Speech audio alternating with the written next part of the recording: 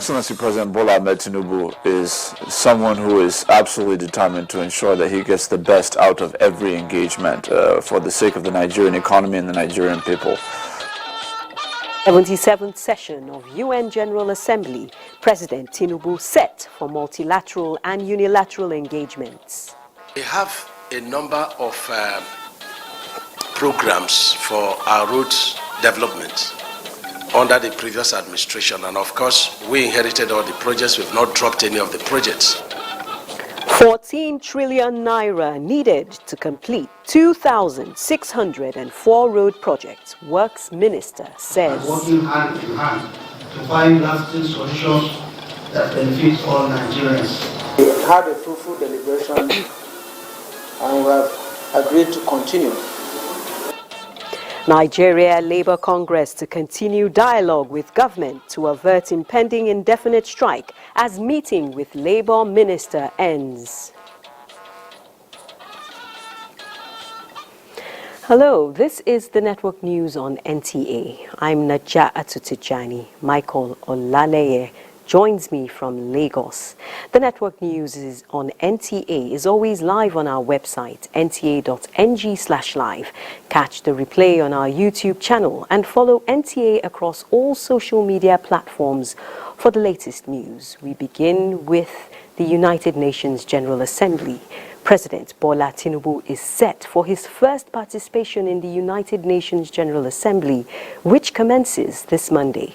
State House correspondent Musbah Danwahab reports that the president arrived in New York on Sunday evening for the global event. President Bola Tinubu is here to open yet another page in his book of first. The significance is not only in joining the largest annual gathering of world leaders and high-ranking diplomats, but coming at the first full-scale physical gathering since COVID-19 disruption.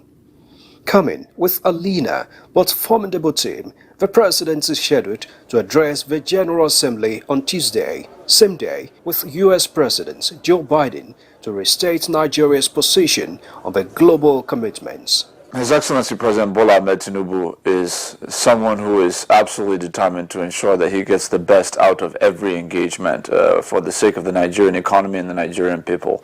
And this is why his economic development diplomatic drive is going full steam ahead here in New York during the United Nations General Assembly. Apart from bilateral and multilateral meetings, President Tinubu is equally expected to meet with some counterparts. What is going to be at the forefront of the president's thinking is how he can persuade his counterparts to rally their business communities to come to Nigeria with their funds, establish facilities and industries that will massively employ our people and expand our tax revenue base in the country. And then on the other hand, the president is not just content with attracting foreign direct investment to Nigeria. He's also focused on ensuring that a win-win partnership is created with these various countries and companies in such a way that Nigerian MSMEs, that Nigerian large-scale industries, that Nigerian companies can go into these international and foreign markets and have an equal share, a fair share. 2030, the target for the actualization of the 17 Sustainable Development Goals is getting closer, but as against the dream, many countries are being left behind.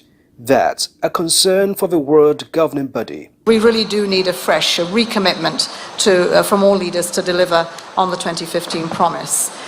We need a clear way because we do see the major barrier as the means of implementation, financing this agenda, be it the domestic resources that are needed that are under strain with many countries without much fiscal space. Also on the agenda for the United Nations Secretary General, Antonio Guterres, is another trier at a solution to the Russia-Ukraine war.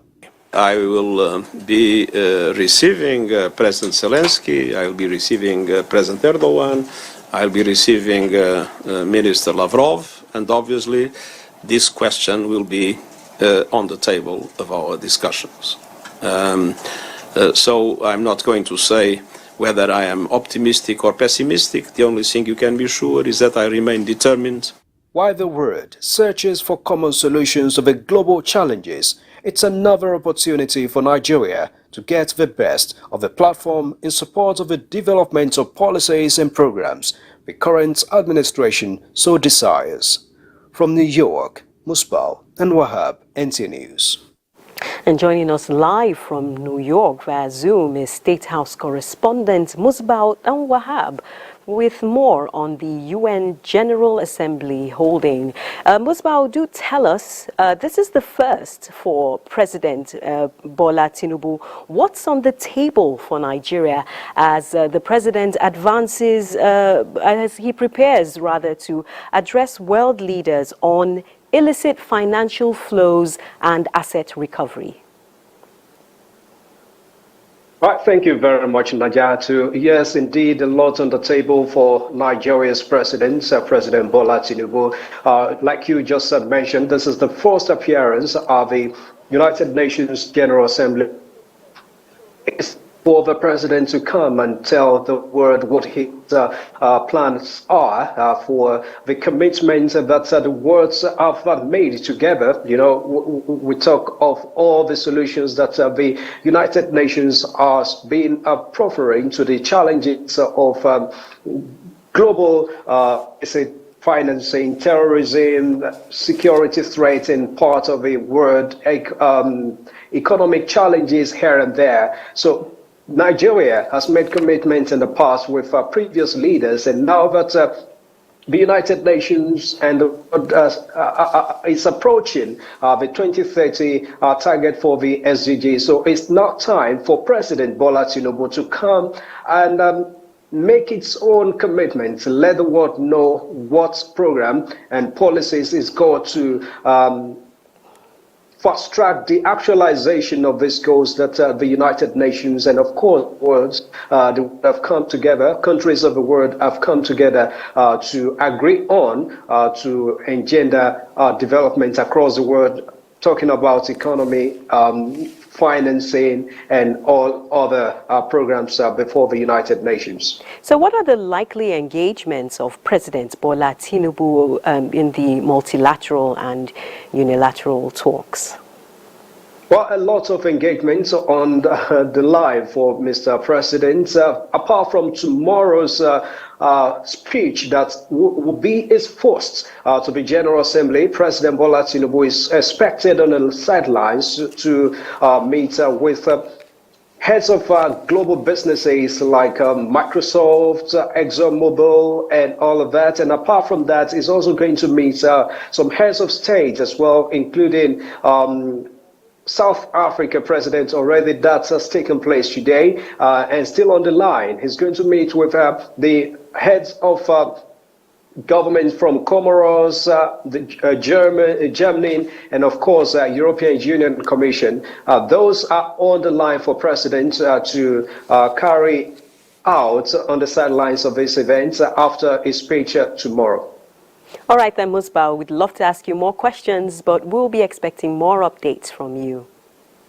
All right, may I just add that the president today, with the meeting that he had with President of South Africa, Cyril Ramaphosa, the two countries have just agreed to work together. You remember South Africa and Nigeria, when you talk about these countries, they are the biggest economy on the continent. Nigeria being the first, and South Africa there too. So what the president and President Cyril Ramaphosa met on was to have a common ground, what should be the agenda of African continents to put forward before the United Nations, and how to ensure that Africa will not just be a dumping ground, how to have a common view on what should be the development agenda for Africa to be tabled before the United Nations. So that was significantly what the president met President Cyril Ramaphosa of South Africa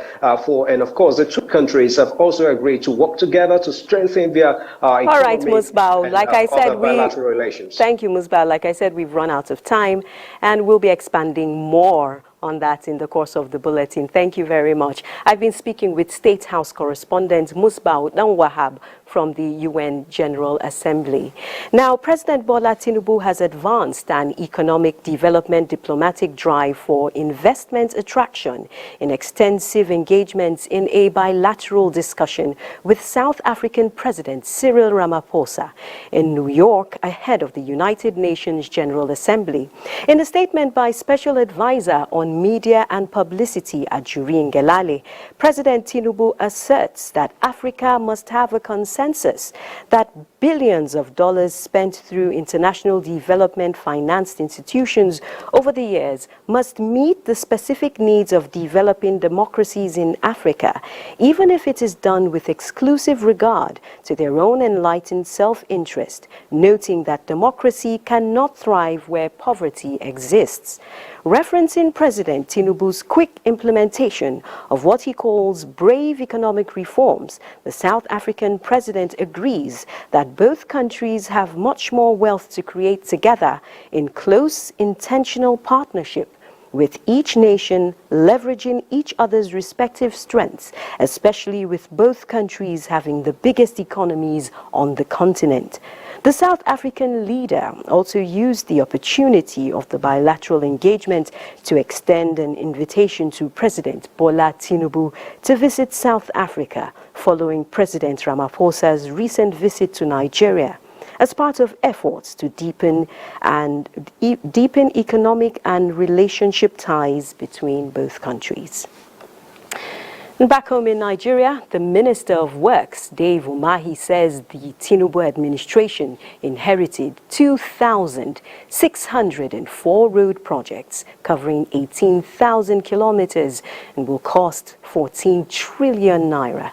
The minister stated this while briefing State House correspondents, saying the Tinubu administration had so far paid 4 trillion naira out of the 14 trillion owed to contractors, with 6 trillion naira funding gap across the country.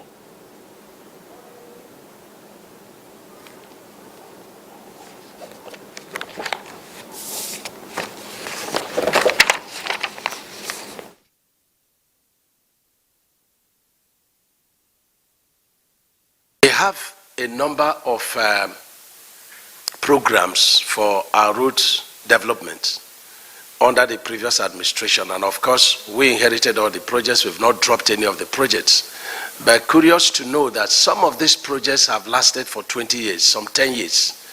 In fact, in most cases they are never appropriated throughout every tenure. The minister decried the current appropriation system for federal road projects, noting that the piecemeal disbursement of funds to contractors is frustrating delivery. Mr. Umahi noted the short lifespan of some roads, which necessitated his recent proposal to the president to redesign. The worrisome part of this is that even the ones that are being funded properly, the roads hardly will last up to 5 years. So we should use reinforced concrete for our road pavement.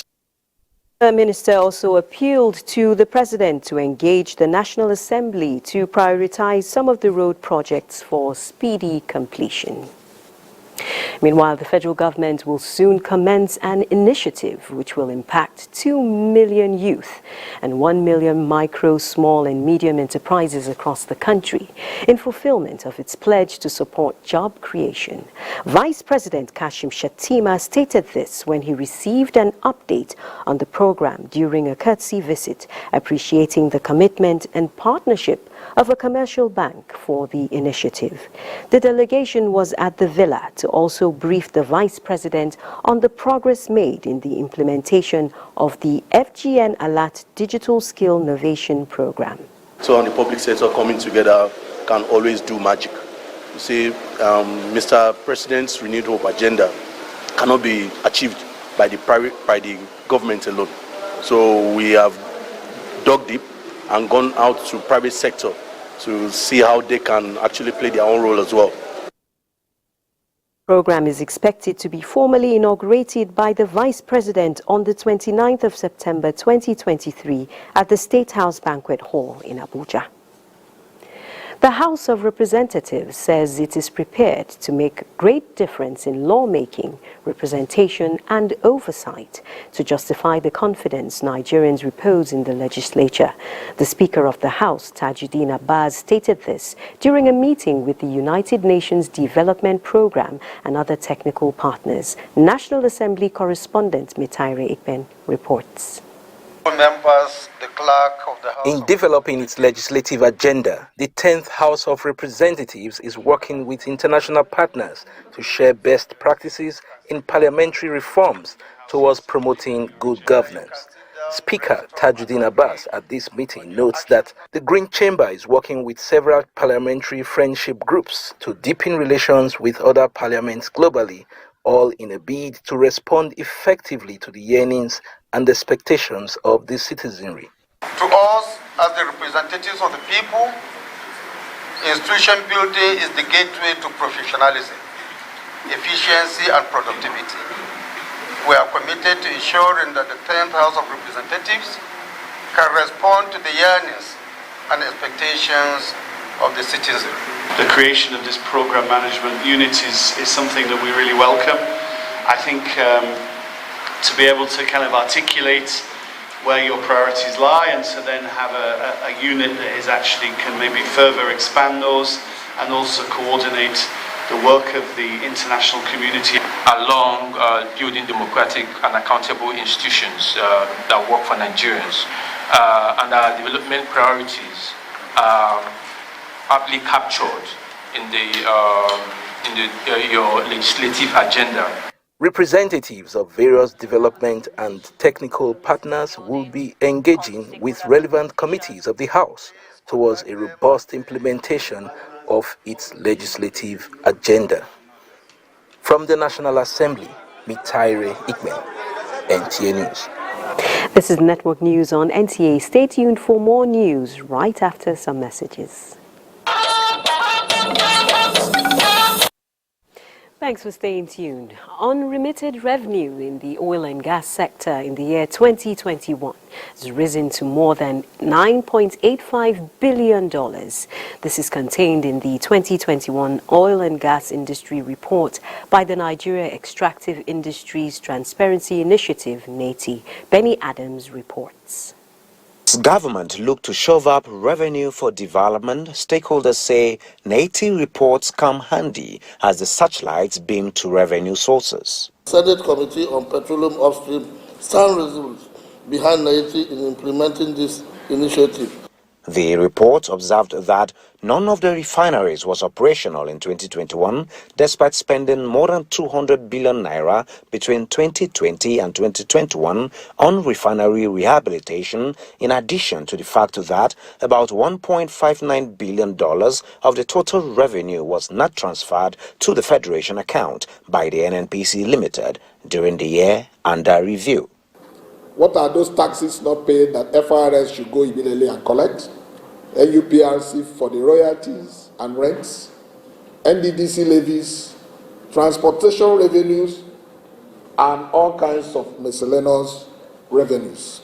Revenue withheld includes $722.6 million for NLNG dividend, $871.15 million from domestic crude sales, and $859.583 million as miscellaneous revenue and $286.42 million from export crude sales. Another is 24.332 million and 45.76 million were withheld from transportation revenue and domestic gas proceeds. A 10-year trend analysis of financial flows from the oil and gas sector from 2012 to 2021 showed earnings of $348.63 billion. On crude oil production and exports, the NTA report indicated that total metered crude oil production was 634.60 million barrels, out of which the nation lost 68.47 million barrels to production adjustment, measurement error, theft, and sabotage. In Abuja, Benny Adams, NTA News. Meanwhile, the Minister of Labour and Employment, Simon Lalong, insists government and the leadership of the Nigerian Labour Congress, NLC, express willingness to continue with negotiations to avert impending nationwide strike while considering economic realities towards striking a balance which promotes economic growth and sustainable progress. Joseph Otsen reports. Following delay in talks with the federal government, NLC on the 31st of August issued a 21-day ultimatum within which government should come up with palliatives to address the effect of the removal of petroleum subsidy or face indefinite strike. The union embarked on a 2-day warning strike to demonstrate its seriousness on the 5th and 6th of September. This meeting with the Minister of Labour and Employment is one, among others, held since then to prevent the mother of all strikes. I appear before you today not just as a representative of the government, but as an advocate for constructive dialogue, aspiring to understand your concerns and working hand in hand to find lasting solutions that benefit all Nigerians.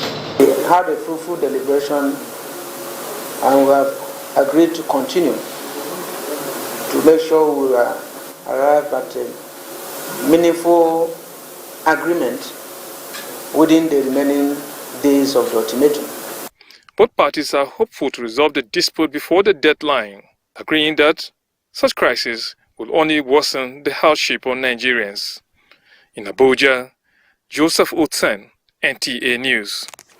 On the security front, Katsina state government is urging the Nigerian army to extend ongoing Operation Hadarin Daji to parts of the state, with State Governor Dikko Umar Rada making the appeal while on a working visit to the office of the Chief of Army Staff, Lieutenant General Taurid Lagbaja in Abuja. Without the presence of the Nigerian army in Katsina, I wouldn't have known the condition the state will have been.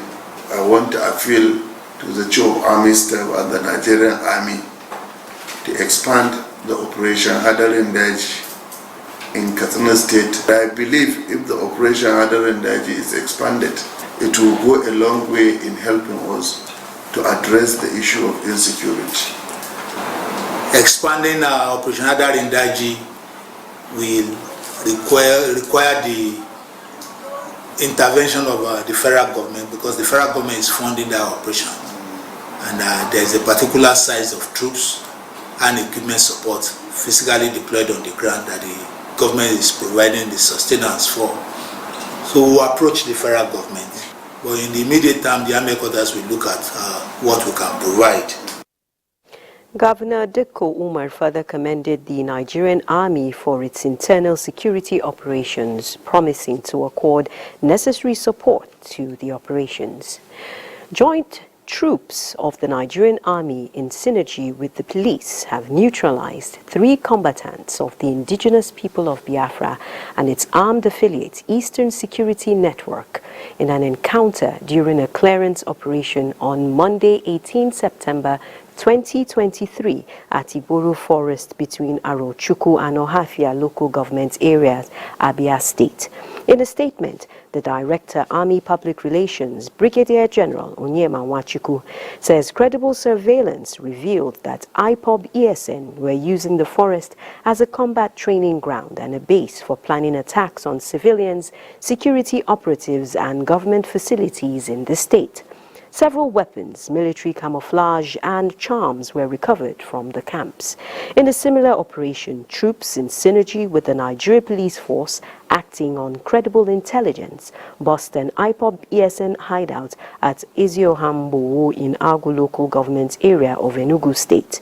The armed group was perfecting plans to enforce the illegal sit-at-home order in the area when troops swooped on them.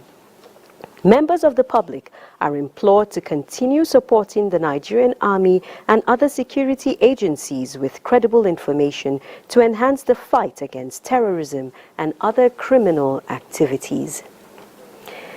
Still on security, a delegation from the International Police Organization, Interpol, the West African Police Information System, WAPIS, and the European Union have visited the Ministry of Police Affairs in Abuja to seek the support of the minister to successfully implement the WAPIS mechanism within Nigeria's law enforcement landscape.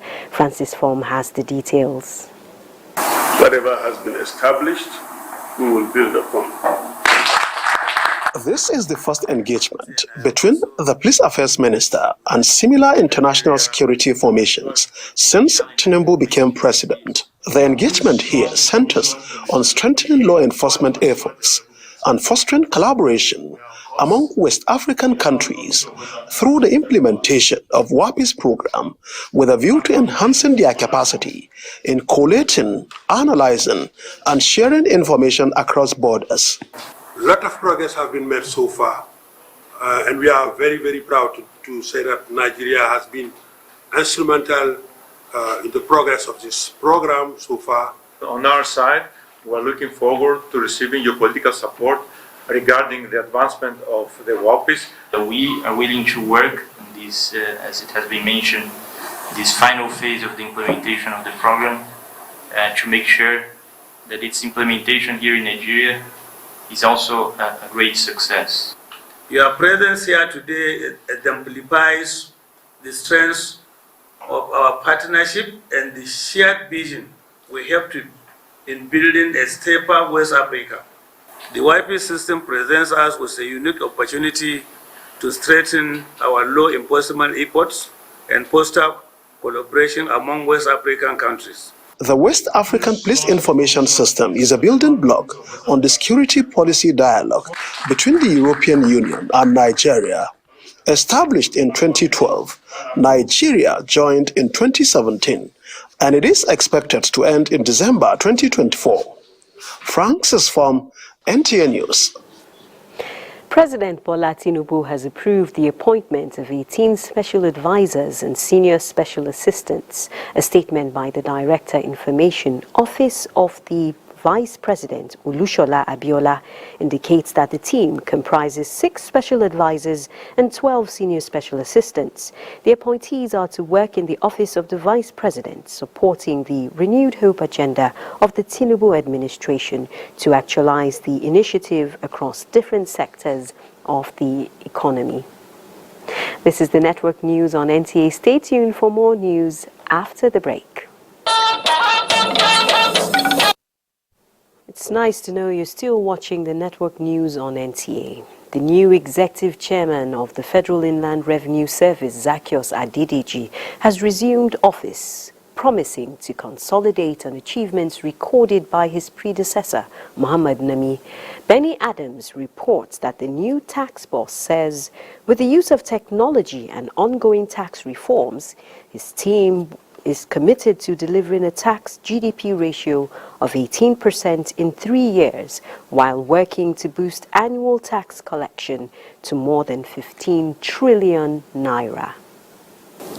In our pursuit of brighter fiscal future, we are determined to align ourselves with President Bola Tinubu's Extreme Fiscal Policy and Tax Reform Committee. This collaboration will enable us to shape the prosperous fiscal landscape that will empower our nation's growth and development. We already have achieved a tax to GDP ratio of 10.86% within 2 years. That is at 31st December 2021. It may interest us to know that our projected total tax 2020 collection is a minimum of 15 trillion and a projected tax to GDP of nearly 14% by end of the year 2023. And in line with the vision of the Dangote Group to impact lives of Nigerians, 70 youth from across the country are currently beneficiaries of the 2023 Dangote Graduate Trainee Program, expected to take participants from the awareness stage through the knowledge and skills acquisition stage. Amaka Owo reports.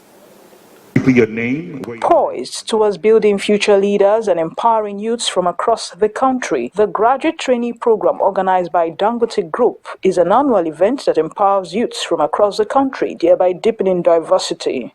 These beneficiaries are expected to meet 85% performance standards. They applaud the initiative. I feel more than privileged to be here, to be part of this organization that, affects the life of people like this and give value to people. Keep making the enterprise an opportunity, the industry an opportunity for young, struggling Nigerians. I'm very grateful for being part of the program. The Group Chief Human Resources Officer, Dangote Group, Nglania, says the training provides an excellent employable experience for the beneficiaries as it attracts and retains young talents and best minds trained to fit into various business units of the Dangote Group. The reason why we're doing this is really to build talent and have a larger pipeline.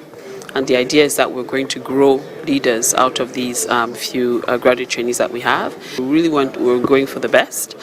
We selected the candidates based on their performance at on the computer-based training that we had. And then we did interviews. So we had subject matter experts throughout the group interview in different locations. We really truly have the best, and especially a good widespread from a gender perspective and also from a nationality perspective. Facilitators gave deeper insights on Dangote Graduate Trainee Program. The Dangote Graduate Trainee Program is a 12-month program that equips young Nigerians with foundational leadership skills required in their respective career path. In Lagos, Amaka O, NTA News. And still news from Lagos, the 11th National Chairperson of the Society of Women Accountants of Nigeria, Hilda Ozo, says her leadership is bringing a fresh perspective to upholding standards and mentoring younger professionals. This was at her investiture in Lagos. Benny Adams reports. Stepping into the leadership of 45-year-old Society of Women Accountants of Nigeria, Hilda Ozo takes the oath to make her new office better than she met it. I will discharge my duties. Surrounded by a team of supporters within and outside the profession, the assurances of supporting her to succeed were in no small measure. This noble institute had been bestowed with over the years through the effects of successive members of the National Executive Council of ICANN. I want to use this medium to commend SWAN for their remarkable contributions towards empowering women within and outside the accounting profession. The new leader says upholding the tenets of the profession, which includes accuracy, integrity and standards for national growth and development, is of priority. This is in addition to implementing reforms that will hone the skills of young professionals to make them employment ready. Sustaining the strong legacy of impact will form the fulcrum of our administration. We will leverage the rich legacies left by past leadership of the society to consolidate the promotion of accountability and transparency in the economy. In Abuja, Benny Adams, NTA News. Musa Abubakar has more on the business circle. Musa? Thank you, Naja. Now, the federal government is addressing challenges in the area of product labeling and packaging experienced by manufacturers in Nigeria, which is affecting the country's exports. This explains the collaboration between the Nigerian Export Promotion Council and the International Trade Center in Geneva to support small startups under the NEPC's She Trade program. This is targeted at shea butter producers and traders, particularly shea traders, to improve competitiveness, packaging, and market penetration. The collaboration is also geared towards empowering women by building their capacity to access international markets through technical support and soft skills. To improve their sales, improve their profitability on the Nigerian market, but also outside Nigeria. At the end of the day, our businesses will grow in terms of packaging, and our export value and volume or export performance will increase because ultimately they are growing their businesses. Now to stock market, the equities market closed first weekday of trading positive as investors gained 263.49 billion naira. The all-share index climbed 0.71% to close at 67,877.17 basis point. A total of 515.2 million securities worth 8.9 billion naira were traded in 8,357 deals. Equity capitalization advanced to 37.14 trillion naira.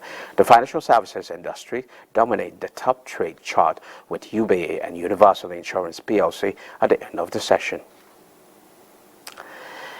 Global oil benchmark Brent crude traded marginally higher on Monday after flirting with $95 a barrel earlier in the session as markets weigh concerns about demand against expectations of a supply deficit stemming from Saudi Arabia and Russia's extended output cuts.